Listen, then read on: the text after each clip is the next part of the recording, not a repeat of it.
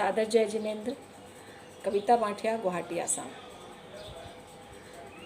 कोविड-19 और online school विषय बहुत सुंदर है और हमको चिंतन मंथन करने को ही आकृष्ट कर रहा है कि हम इस समय क्या कर रहे हैं।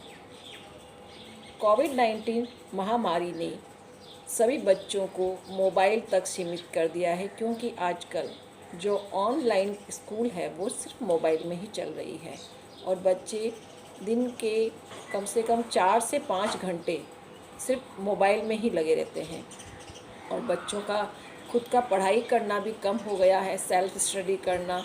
तो इसलिए मुझे ये विचार आया क्यों न अपन इस विषय को अलग अलग भागों से देखें।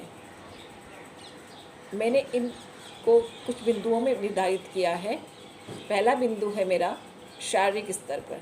बच्चे पहले स्कूल जाते थे तब शारीरिक फिजिकल वर्क करते थे, लेकिन ऑनलाइन स्कूल होने से बच्चों का वर्कआउट बिल्कुल बंद हो गया है और बच्चे सिर्फ मोबाइल के सामने बैठ के एक कमरे तक ही सीमित हो गए हैं। वह शरीर से कुछ भी नहीं करना चाहते। इससे उनके शरीर की जो शक्ति है उसका ह्रास हो रहा है। हमें बच्चों पे ये ध्यान देना चाहिए कि प्रतिदिन उनको आसन प्राणायाम की तरफ आकृष्ट करें और हम भी स्वयं करें, तो बच्चे जल्दी सीखेंगे। और ऑनलाइन स्टडी करते हैं बच्चे तो उनके बैठने से कमर में, गर्दन में, आँखों में जो पेन आ जाता है उससे भी वो रिलैक्स मिलेगा। दूसरा है भावनात्मक स्तर पर बच्चों की भावनाओं में भी बहुत अंतर आया है। पहले जो बच्चे खुलकर हंसते थे आज थोड़े निराश उदासीन रहते हैं, क्योंकि उनको बात करने का पॉइंट नहीं मिल रहा है। पहले जाते थे तो कभी कभी अलग अलग तरह के विषय पे बात होती थी, अब उनके पास विषय नहीं है।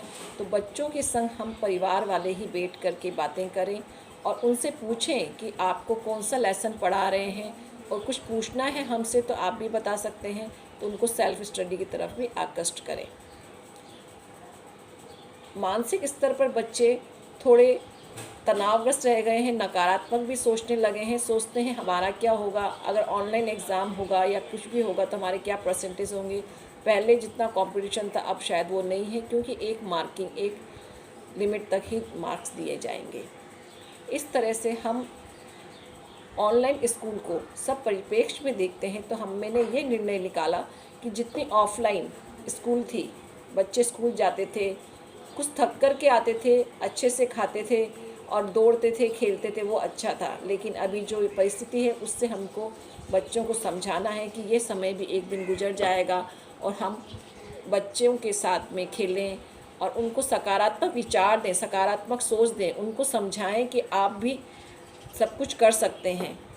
इसलिए हमें ये ध्यान रखना चाहिए कि बच्चों को प्रतिदिन आसन प्राणायाम की तरफ अग्रसर करें। ओम अरहम।